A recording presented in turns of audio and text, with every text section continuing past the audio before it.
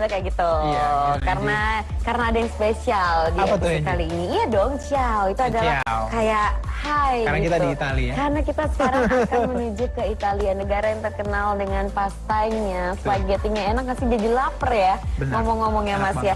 Dan sekarang studio dingin banget. Tapi kalau di Mugello gimana sih Mas?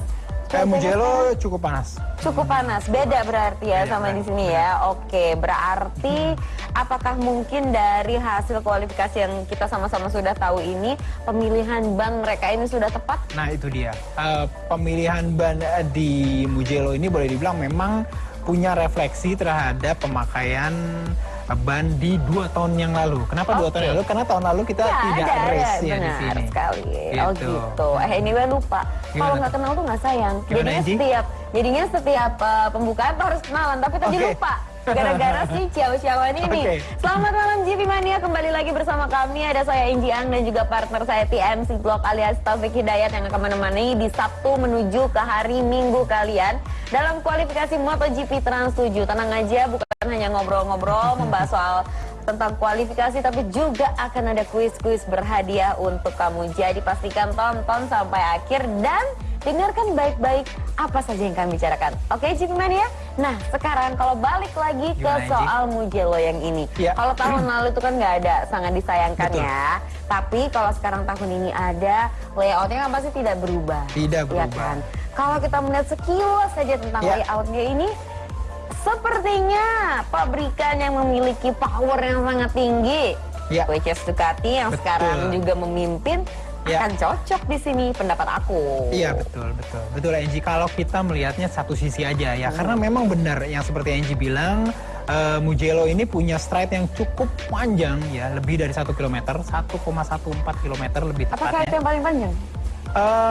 Termasuk salah satu yang paling panjang di kalender MotoGP ya. Dan itu tuh memang pada akhirnya akan menghasilkan top speed yang tinggi. Dan top speed paling tinggi itu berarti kita referensinya adalah motor-motor Ducati dan juga motor-motor dengan mesin V4 lainnya. Namun nih Tanyi, seperti ya Ducati, terus habis itu ada Honda, ada KTM, ada juga Aprilia. Namun kalau kita lihat sektor-sektor lain di luar dari stride, kita bisa lihat bahwa tikungannya nggak pernah ada yang namanya tikungan mati di Mugello ini. Oke. Apa maksudnya tikungan mati ini seperti apa? Jadi semuanya tikungannya itu karakternya flowing, terus habis itu speed corner. Ini tuh kalau udah kayak gini itu artinya ini boleh dibilang merupakan makanannya dari motor-motor dengan platform mesin yang inline 4 seperti motornya Yamaha dan motornya Suzuki. Itu adalah pendapat dari Taufik mengenai si layoutnya ini. Tapi sebenarnya pengalaman dari para rider ini tuh sebenarnya gimana sih kalau so far menurut Taufik sendiri yang paling menikmati si Mugello ini siapa? Sebenarnya yang paling menikmati Mugello itu paling menurut saya adalah pembalap-pembalap yang menggunakan motor-motor inline 4 seperti Yamaha dan Suzuki. Semua pembalap yang pernah ada di situ. Bisa dibuktikan kayak misalkan Valentino Rossi merupakan salah satu pembalap yang paling banyak menang di sini dengan beberapa pabrikan. Ya memang agak sedikit kalah di top speed, tapi di hampir boleh dibilang lebih dari 70% part dari Mugello ini memang merupakan part yang paling enak bila dipakai motor. Baiklah kalau gitu langsung aja tanpa menunggu waktu lagi kita lihat ini dia Viti tentang data dan juga fakta dari Mugello. Ya namanya juga expert, apa yang dibilang sama TMC Blog alias Mas Taufik itu ternyata barusan sudah ada di VT data dan fakta tentang Mugello. Baiklah kalau begitu, tadi juga Inji dengar katanya Yamaha punya komponen baru. Habis ini akan segera kita bahas, tetaplah di kualifikasi MotoGP Trans 7.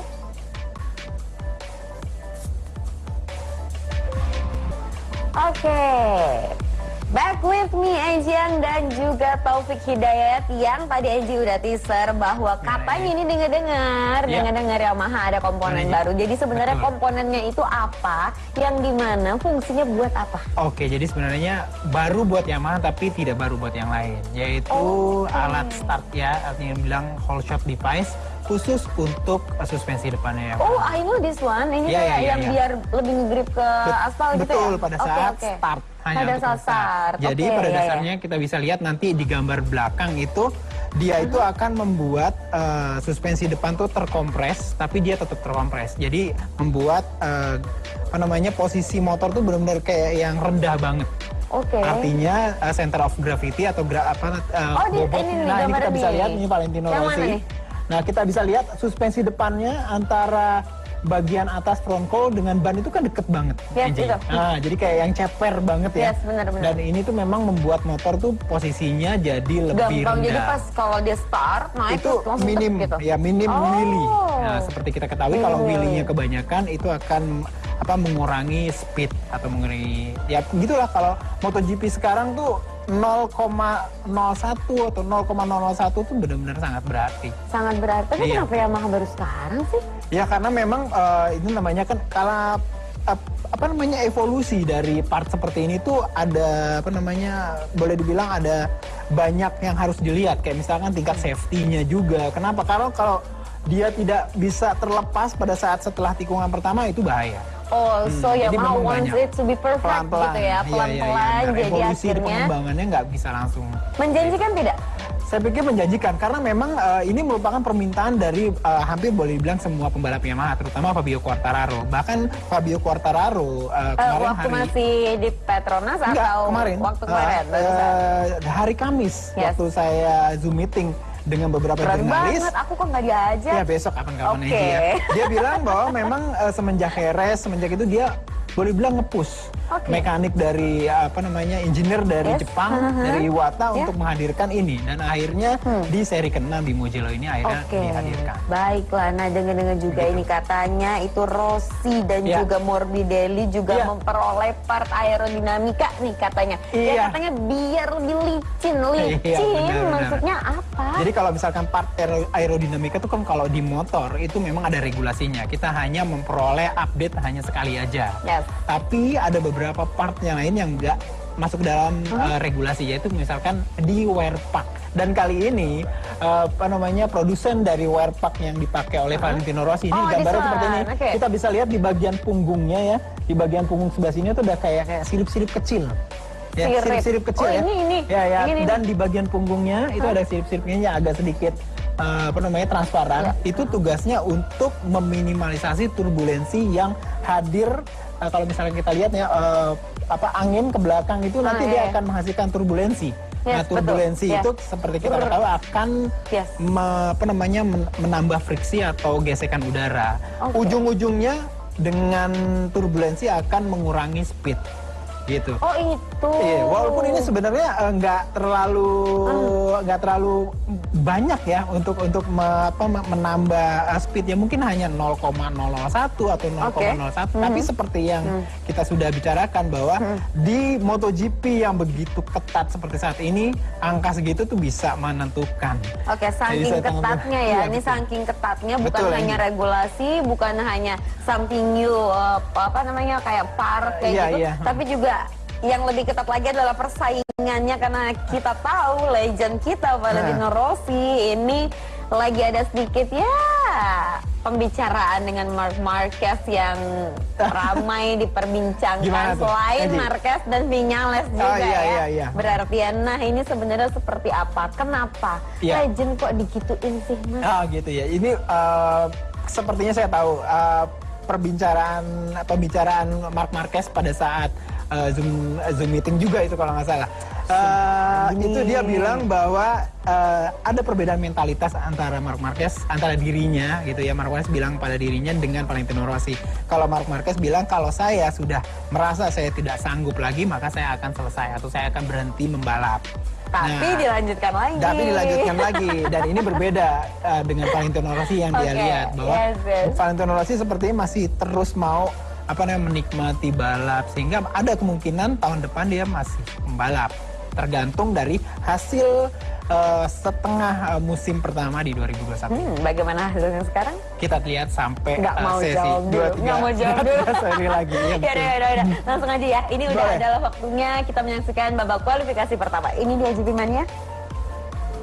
Apa itu GP Mania? Kayaknya apa yang namanya slipstream ya, slipstream ya, dan diikutin masuk ke pit lane juga. Akan segera kita bahas, jadi jangan kemana-mana GP Mania.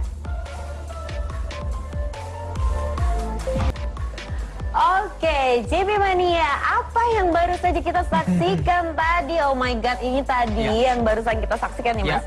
Itu kalau aku sebagai anak Twitter, itu tuh kayak itu menjadi perdebatan yang sangat sengit karena ternyata Vinyales dibully sampai akhirnya menghapus akun Twitternya karena nggak tahan. Tapi katanya di satu sisi Marquez katanya, gue udah duluan tahun 2015 gue udah mencoba melupakan, tapi ternyata apa yang dilakukan? Ikut masuk juga ke pit lane. Iya benar-benar. Itu jadi, salah nggak sih? Nggak, jadi sebenarnya misalnya ini seperti yang Angie bilang, ini slipstream gitu ya. Ada bilang ini towing gitu. Pada dasarnya Marc Marquez mengerjakan ini on purpose. Dia benar-benar memang strateginya dia memang benar-benar pengen melakukan slipstreaming, dan dia benar-benar udah ngetek banget itu namanya. Saya mau ngikutin Maverick Viñales karena dia harus Viñales. Nah, karena dia tahu seperti yang kita udah bicarakan di awal, Yamaha itu bagus di semua speed corner yang ada di Mugello. Pertanyaannya kenapa nggak ngikutin Ducati? Iya. Kenapa enggak? Nah, karena kalau kita lihat Ducati itu banyak banget pernak-pernik aerodinamika yang biasa mengasihkan. Kalau kita bicara kayak misalkan di F1 gitu ya, itu ada yang namanya dirty air atau udara yang boleh bilang kotor, dan itu tuh nggak bagus kalau kita berada di belakangnya atau melakukan slipstreaming. Sementara Yamaha boleh bilang ada tapi minim, dan dia bagus di speed corner. Oleh karena itu Marc Marquez, kenapa Viñales ada 4 orang nih ya? Kalau kenapa Maverick Viñales saya juga nggak tahu, tapi dia mungkin pertama ngelihat yang paling dekat Maverick Viñales, ya udah dia yang ikutin. Tapi ada Quartararo. Quartararo nggak ikut Q1. Oh iya. Anyway, kalau ngomong Quartararo, sampai lupa. Quartararo tuh sekarang gimana ya? Oke, mungkin dulu bisa kita bilang bahwa dia ini adalah rookie yang handal ya kan. Tapi sekarang dia tuh inferior, dia udah nggak superior lagi. What happened? Gitu ya menurut aku pribadi gitu. Karena aku kayak sedikit, aduh, Quartararo please, abang Quartararo gitu kan. Karena kalau kita lihat memang, tapi Angie mesti lihat lebih dalam lagi. Misalkan data dari Fabio Quartararo. Kayak misalkan di free practice 2, dia kelihatan kayak yang inferior. Tapi kalau kita bisa lihat dari data-datanya, Fabio Quartararo berhasil menghasilkan race pace yang bagus di ban medium yang pemakaian tuh panjang, dan itu saya lihat dia sudah boleh dibilang riset, dan dia sudah menentukan ban apa yang mau dipakai pada saat race-nya. Memang kelihatan kalau dilihat dari lap time nggak bagus, tapi kalau kita lihat dari strateginya dia, saya pikir boleh dibilang dia yang paling siap malah. Dia yang paling siap. Besok. Makanya dia langsung masuk ke di Q2. Sementara apa yang dilakukan Marc Marquez terhadap Viñales, Viñales mengorbankan. Namanya mungkin dikorbankan ya. Ini adalah dark side of, boleh bilang ini adalah dark atau sisi hitam dari olahraga ini. Dimana memang slipstream ini tidak ada diregulasi. Padahal harusnya katanya harus dapat hukuman. Tapi memang tidak ada diregulasi. Jadi kalau ada orang melakukan slipstream atau towing itu tidak bakalan yang namanya dihukum, karena memang tidak ada diregulasi. Baiklah, kita nggak pernah tahu apa yang terjadi mungkin nanti di akhir tahun atau di 2022 nanti, tapi adalah hal yang baik kalau kita menyaksikan kualifikasi kedua. Ini dia. Boleh. Menjelang detik-detik terakhir mau iklan nih, ternyata Quartararo yang sementara memimpin nih. Tapi kita nggak tahu nih gimana kelanjutan nantinya. Jadinya pastikan kamu tetap ada di sini di depan layar. Oh ya, sekalian Angie mau ngingetin karena sekarang sudah jam 00.08, berarti di hari ini, sore ini lebih tepatnya, jangan lupa untuk nonton live race di Italian GP berarti ya Taufik ya. Nah, di situ akan banyak sekali kuis yang berhadiah luar biasa, termasuk kamu juga jangan jauhin handphone kamu. Kenapa? Karena nanti ada kuis yang QR code. Kamu harus langsung cepet-cepetan biar kamu bisa menjadi pemenangnya. Oke? Sekarang Angie pakai masker dulu karena kami di sini semua mengikuti protokol kesehatan.